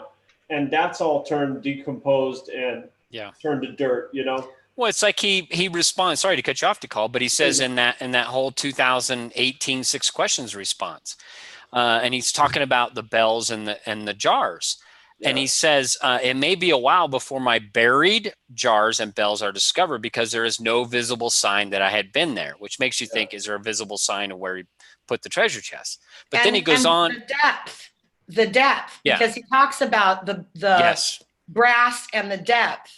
Well, he says that he buried him more than 3 feet because a metal detector won't find him. Right. But then he goes on to say in this question, sorry, Sassy, but he goes on to say none are near populated areas. And then he goes on to say, and landscapes change over time with growing vegetation and blowing leaves, which is very reminiscent of a few months later. Well, I think it was 2017, actually, where in the Lure interview, where he talks about, what if some leaves blew in there, or some weeds blew in there and covered it up. So he understands that I mean, he's an amateur archaeologist. He understands that Mother Nature over time is going to, much like the Rosetta Stone, hide it from everybody. And then in 2,000 years later, don't you know that guy was proud that it was found? Well, the guy that etched the Rosetta Stone didn't purposely hide the Rosetta Stone. The Rosetta Stone was found and then was used as part of a building structure. And then over the ravages of time in the area that it was found, was uncovered. He has clarified that it is concealed. It has to be. It's a trove. Yeah, and so we don't. I mean, we have to assume that it's mostly concealed, 90 to 100% concealed, and out in nature where there's no visible signs of mankind. It's got to be leaves, branches, twigs, pine boughs or whatever. That's going to be very difficult to see, impossible to kind of just stumble across, right? I'm trying to find it. That's why he says, look for what looks out of place. Yeah. Yep. Well, and he said, it's not good enough that you look at it. You've got to see it. He said that here recently. And dang it, where the heck my thing skipped up, guys. Sorry, I'm trying. And seeing as opposed to looking at, actually seeing. That's you got to not see it. Imagination. Well, and there's a difference between hearing something and listening good as well. Hearing is a passive skill. We automatically do it. Everybody in the chat room is hearing what we're talking about, but because they're not paying attention, they're watching the chat room, they're not listening good. And it's no offense to you guys. I'm just saying a clear fact. No. Some of you are listening good and some of you guys are just chatting with friends, and that's perfectly fine. That's what this is here for. Now, I'm going to move on to the next one where Heidini says, Forrest imagines himself 13-year-olds. Where was Forrest at 13 in the search area? So I think what she's saying and what Heidini is alluding to, the only area that we can really know for sure, when he was 13 years old was in the Yellowstone area, right? Yeah. In his summers or in Temple, Texas, but we know he didn't hide it in Texas. I think that's what Heidini's saying. So, well, he's also said that he wouldn't allude to when he first found the treasure spot, because if it was when he was 60, then it's not going to be Yellowstone probably. Well, he said he didn't want to answer that because that would be more than he would want to reveal. Right. Right. He said that in the I think the questions with a middle school class. Yes, I remember. Very good bringing that up, Christy. Very good point. Which made me think that like even that really bolstered my it's in New Mexico, because if he had said yes, okay, well, he wasn't New Mexico then. Right. You see what I'm saying? Well, there's I kind of thought felt good anyway. There's pros and cons to every state. Every single state has its pros and cons, and we ponder them every day. And if any one of us had a state confirmed, 3 out of 4 of us or all of us would be eliminated from the game. I'd be jumping for joy, by the way. But there's no confirmation. Right. That's again why that whole video with Dale Davis DeCall and I, about there is no confirmers. We have absolutely no confirmation we have anything right. No way to prove that we have it right. Yeah, I mean, had some codes or some. My confirmation bias will kick your confirmation bias's ass. But every single one of us has a place in our heart that we think it absolutely is. No matter what, come hell or high water, it's there. Right. Yep. It's in my backyard, folks. I'm telling you. And we have that belief, and that isn't something that's created. But that's all based on emotion, right, Sherry? That's just based on emotion or gut feeling. But imagination is emotion based. Sure. Whereas knowledge is a little bit more left brain collecting data. Correct. So moving on, Wildcatter's daughter says, at the flip side, any ideas on when you arrive, how it might be hidden? I guess I don't understand that question. We just answered that question. Yeah. and arrive on how it might be hidden. Okay, Iron says, at the flip side, correction to Sasha, the more than several have correctly identified was to the first clue. In no way does that mean they knew they were correct. I agree. I'm not trying to knock Sasha down. I just don't know. I mean, I'm not going to look it up right now. Again, I'm not going to paraphrase and say for sure I know the quote exactly, but to me, I think he has said that many people have solved the first couple of clues, but they didn't know it. And I can't, if I can find the quote for sure, I'll put it in the link in the description below, and we'll clarify it for sure. But I'm not going to say here on live thing that I know for sure exactly what it is. And nobody knows they have any line in the poem, any word of the poem. Right. None of it's confirmed. Yeah. That would eliminate a state, yeah, or 3 states. It would absolutely eliminate too much. And we would love to have that. I mean, we would love for him to eliminate and say it's absolutely in New Mexico or it's absolutely in Montana. And then we would all, unfortunately, like, Sherry has kind of said, I mean, look what happened to the area that the Blaine treasure was. I mean, everybody was tearing up that area, right? I mean, I don't know where that precise spot was, but I posted it 15 hours before I actually left, and it took me an hour and a half to get there. Yeah. So I posted the location online. So everybody that was on the message board that was in the LA area went there before I did. And naughty girl. Shame on you. Yeah, don't be sassy. Don't post your answer. I think that he could say it's in New Mexico, and we still wouldn't. If he only narrowed down the state, we still wouldn't find it, and we wouldn't destroy the state because I've looked in New Mexico, in Colorado, in Wyoming, and in Montana. Yeah. And there would be people that would not believe him if Forrest said it's in New Mexico.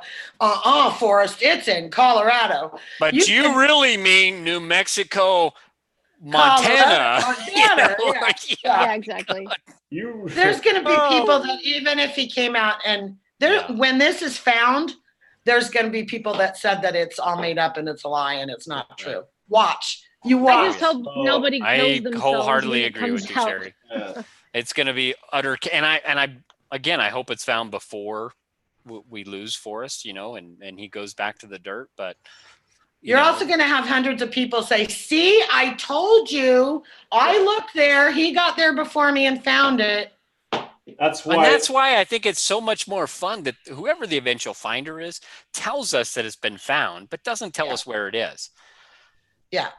I don't know. This is me. And Minotaur Marino, our good friend Justin, says, at the flip side, why does knowledge have no D's? Why did he pray for D's? And why does Fenn say to know there are where the edges are? Oh, that's what he's talking about. It's an aberration, and there's lots of aberrations in the book, aberrations, whatever you call them. It's not just knowledge. Knowledge isn't the only one. I think he answered that before, and I think Christy's looking up the actual quote. Yeah, I have it. There you go. Good job, girl. I have it somewhere. Yep. I think. This is what he said. He said, imagination is more important than knowledge. If I had spelled the last word correctly, it would not have had the profundity of meaning I wanted it to. To misspell the word emphasize my point that having knowledge is, in fact, not as important as being resourceful. Yes. Very good. Well, and praying for D's, I think that's an egotistical point to the FF. He'd much rather get F's, That's his initials. He almost like he feels inevitable that he's going to live up to his name in every way. The Forrest. But him looking back at it, DeCall, him looking back at it now after, 13 years old, what's that, 76 years later, he's looking back and going, all that education, all that time sitting in Mrs. Ford's Spanish class and her trying to teach me Spanish all the time and me jumping out the window. Yeah. It didn't mount to much. I still was a success. And knowledge isn't as important as imagination because knowledge is just the encompassment of all that we now know. It's hampering his creativity.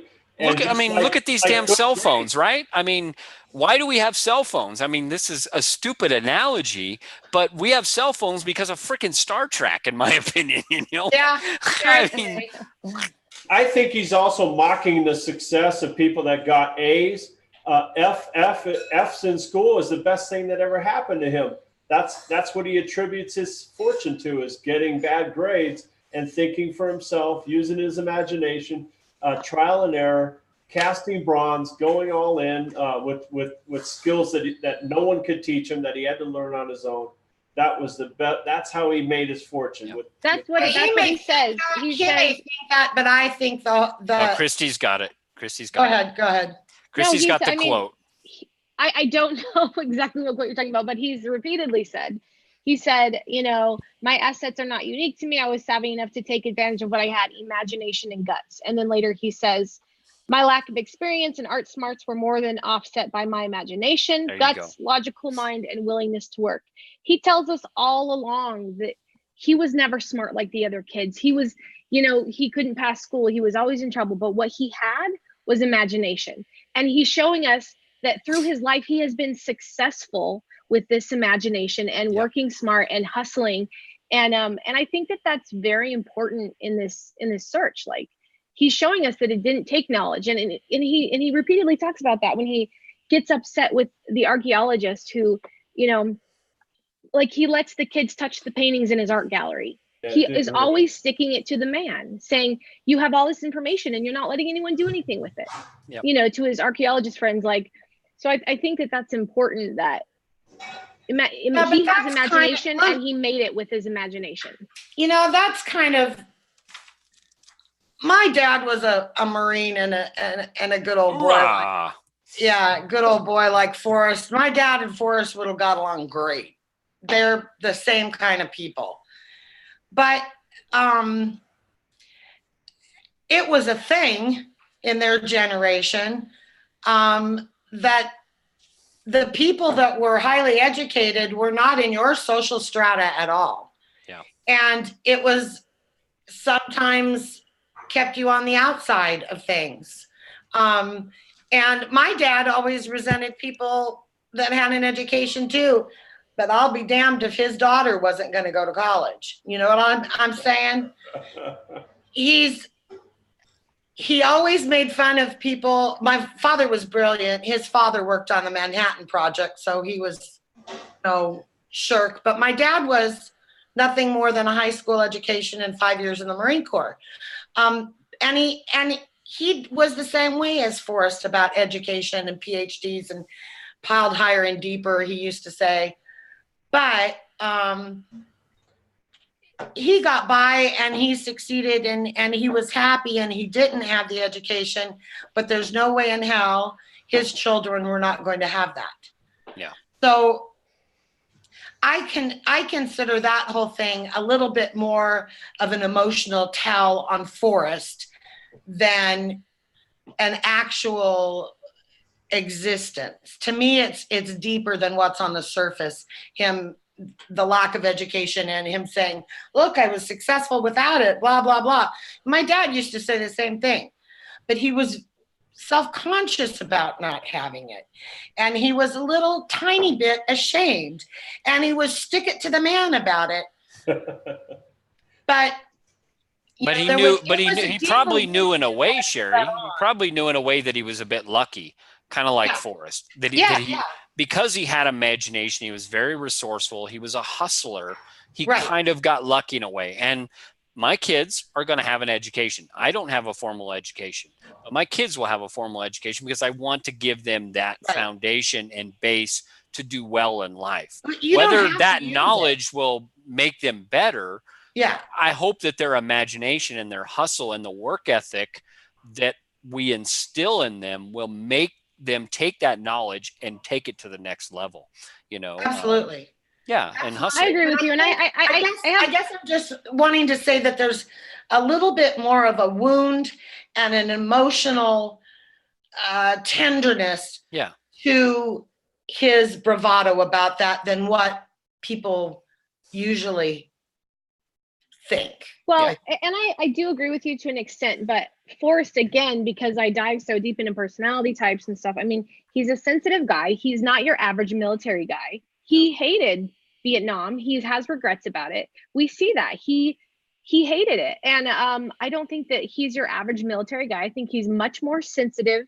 And, you know, he tells us, you don't know the military men in my family then. He tells us when he was sitting in class, he just wanted to look outside. He's like, why am I in school? Like, let me get out there into nature. And then he later says, you know, what is it that the mountains are his church and the river bottoms, or whatever that quote is.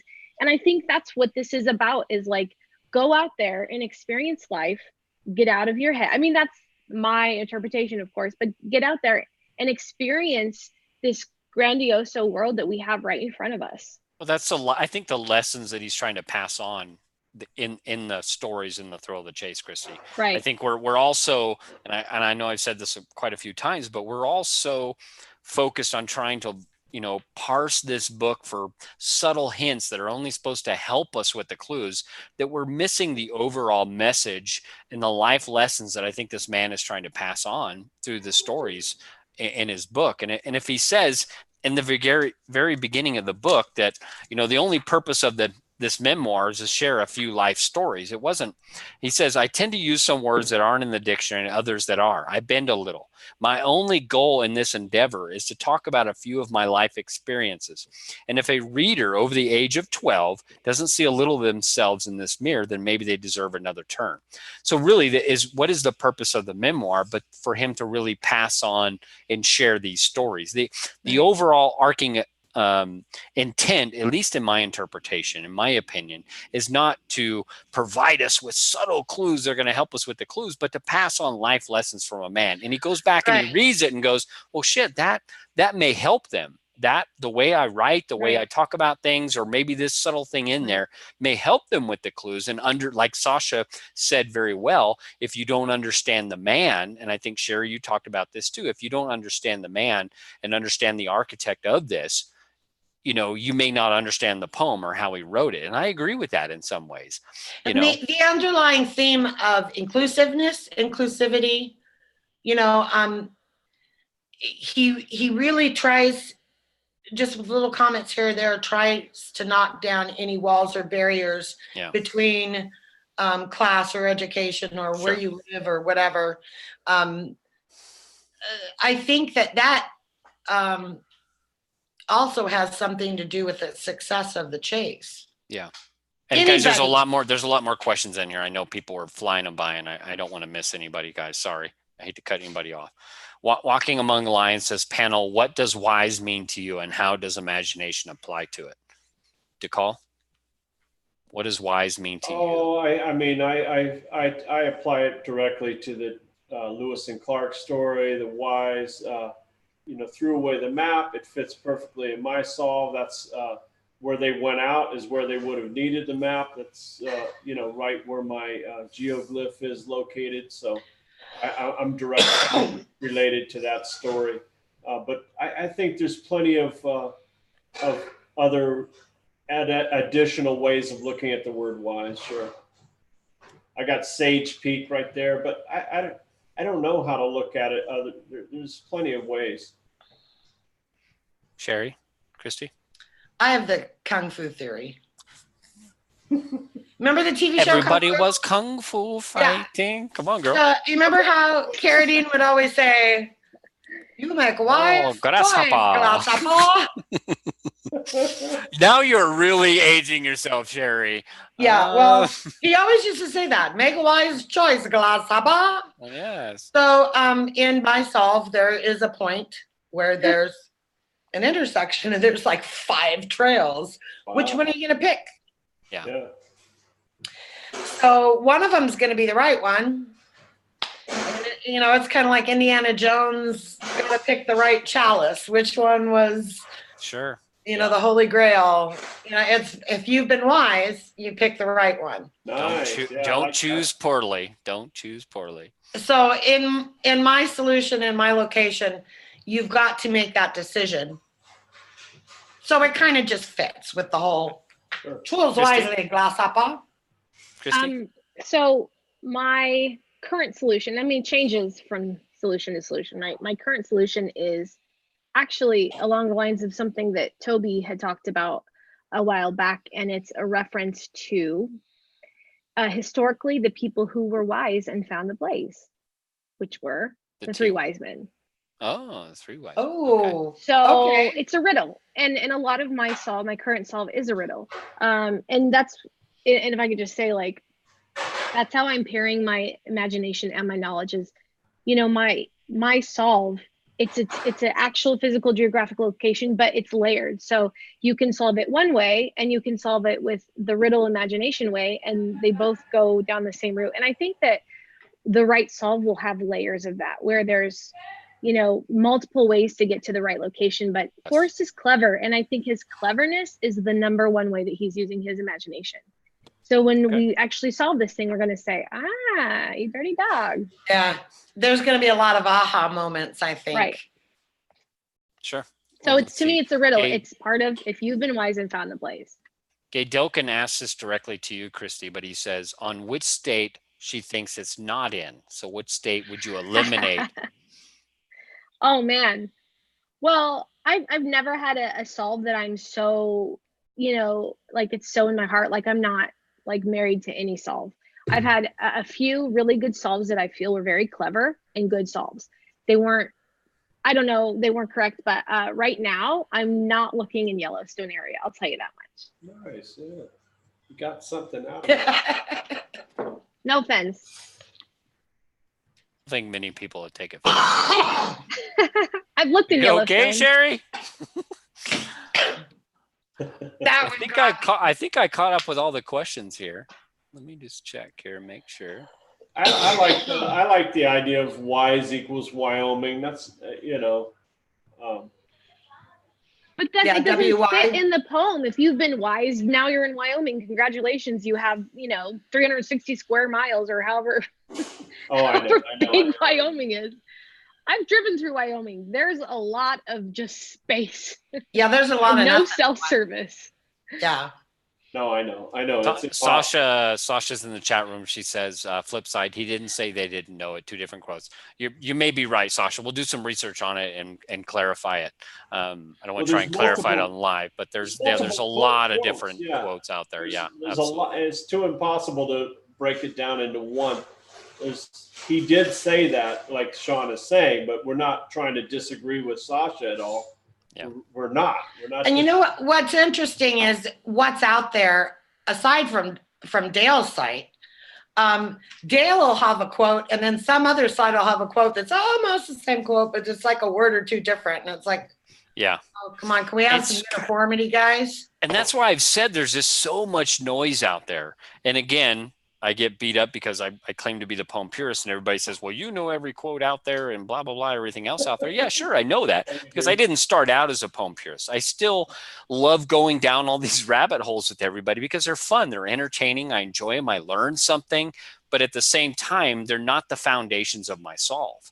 The foundations of my solve, the cornerstones are the poem, and sticking with those words. Does that mean I'm right? No. It just means that that's what I'm sticking with. I could be completely wrong. Again, these are just my interpretations and opinions, and that they're not confirmations of any of Forrest Fenn's intent. They're just the path that I choose. Could that be the wrong path? Absolutely. Could it be the right path? I hope so, but I don't know it. Yeah. We don't know anything. Again, that's the whole point and why this thing is so difficult, is that we just don't know anything for certain, and Forrest Fenn is very good. Like Christy says, he's very clever in how he writes things, and how he words his answers and responses, that it can be taken in multiple ways. And everybody can pick something out of that to go, see, aha, here's my confirmer. And I just go, okay, Yeah. I've got a video. There's no confirmers.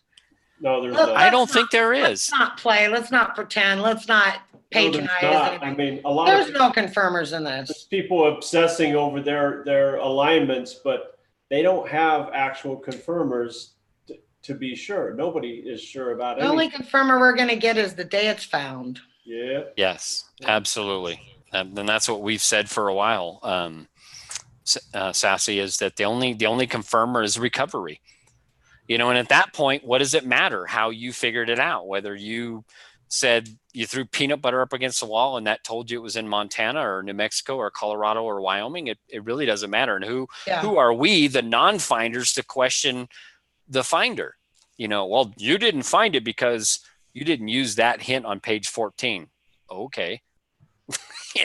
Yeah, and I think that, And you're a perfect example of that, Sassy. Really, you are. Right? Yeah. The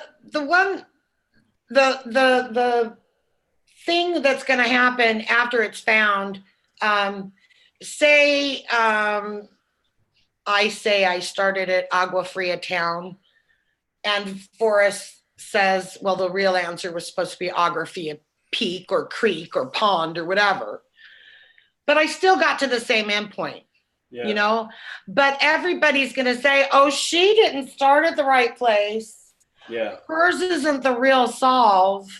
You know, there's going to be all kinds of stuff like that, because I think there's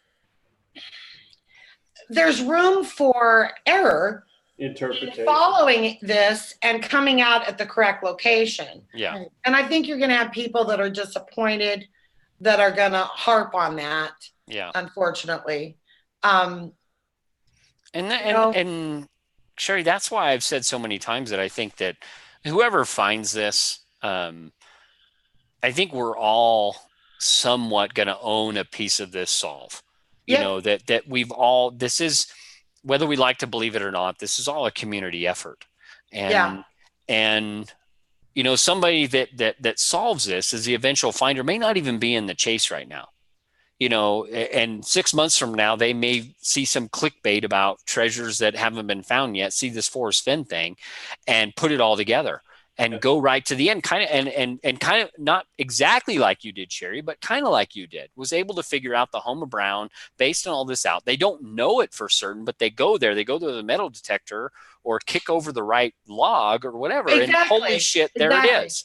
And they may not even be able to extrapolate the correct solve.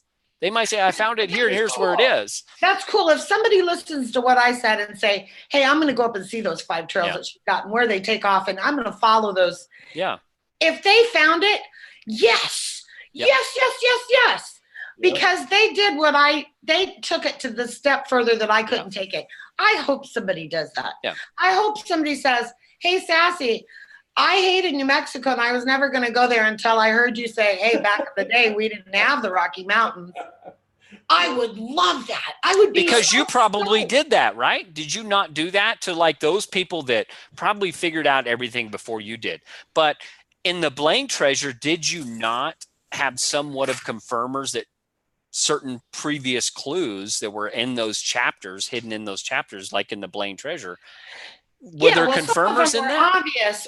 Some of them were obvious. For example, on the pages, I've actually got the book if you want actually seriously to look at it. But there's like the beginning of each chapter, there's like a chameleon lizard thing, and it has dots on different places in its body, and that's an 800-foot salamander. Look at the call is getting excited. Yes, I know.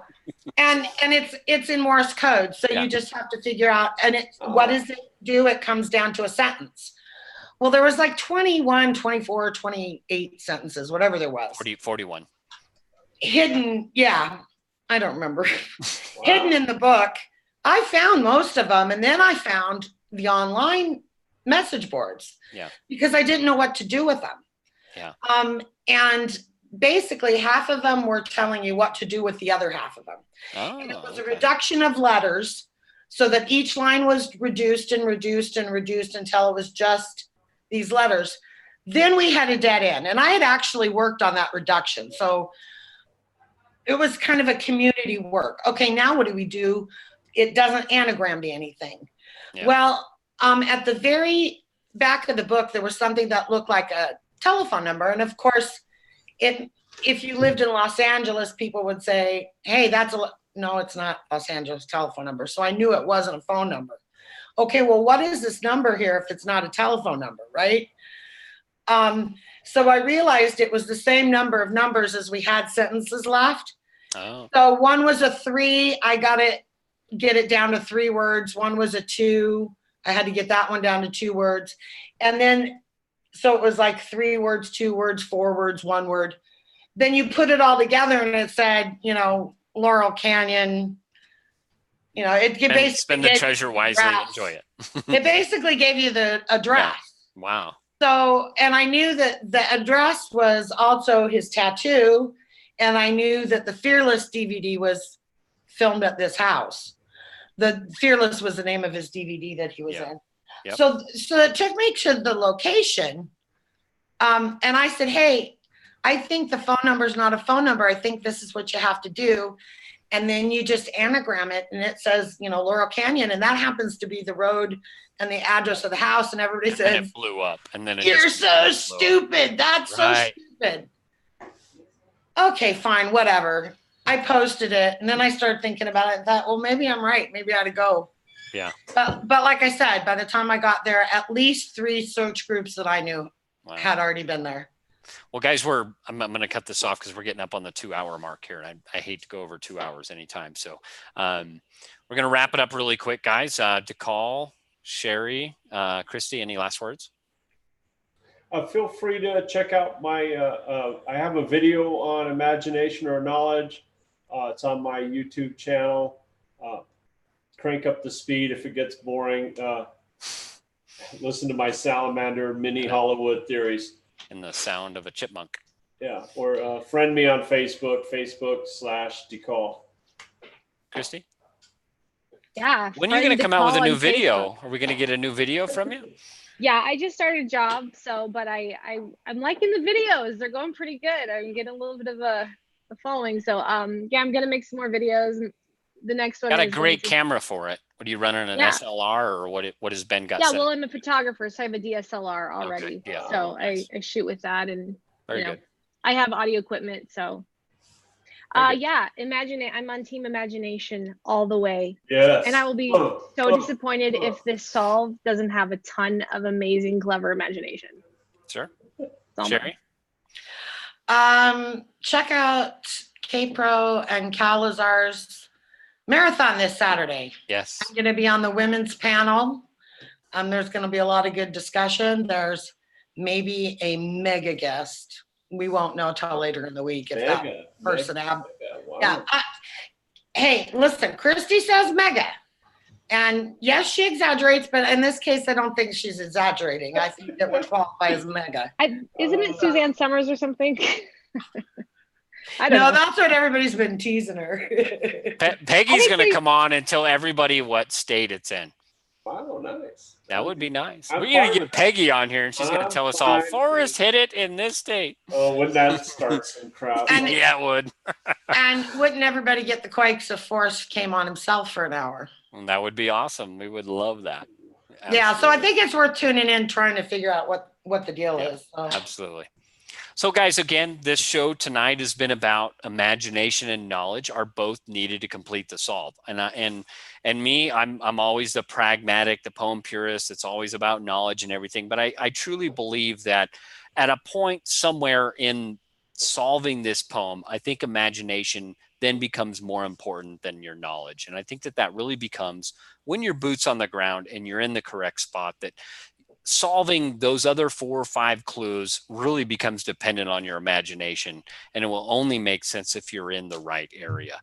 The blaze, the wood, the cold, those things that should be known things may be obvious to you when you're there.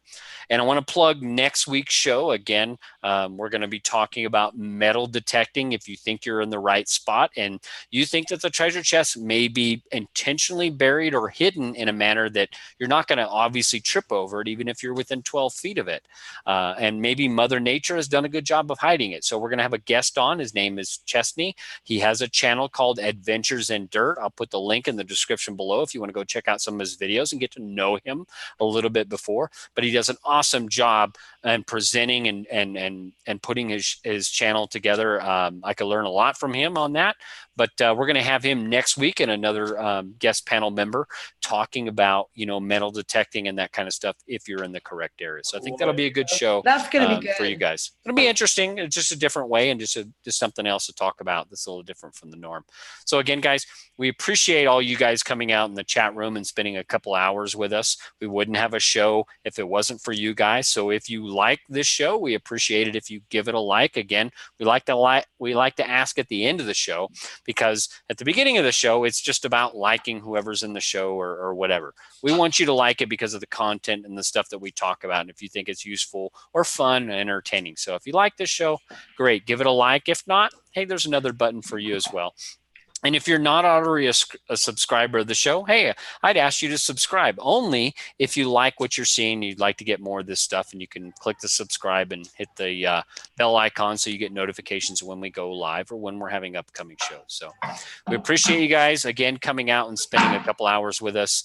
And we want to wish you all a good night, and we will catch you all on the flip side. Good night, guys. Bye. Bye. Give everybody a big smile so we have a good, what is it, thumbnail for the end. Oh, that'll want it. Yeah. Okay, that's it. We got it at the same time. Good night, guys. We'll see you.